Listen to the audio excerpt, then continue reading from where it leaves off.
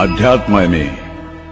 तुझं विज्ञान हे जग कसं निर्माण झालंय सांगत असेल तर माझं अध्यात्म हे विश्व का निर्माण झालं हे सांगतो. घेऊ नका, मी तुमच्या पाठीशी. काही बनवताना जर त्यात दोष राहून गेला तर कसं चालेल? मग काय पुन्हा बनवायचं? अरे यही तो खेल है, बनाने का और बिगाड़ने का. सगळेच त्या परीक्षेत उत्तीर्ण होतात असं नाही, कारण मनाचा कौल मिळाला असला तरी आपली श्रद्धा तितकी दृढ झालेली नसते.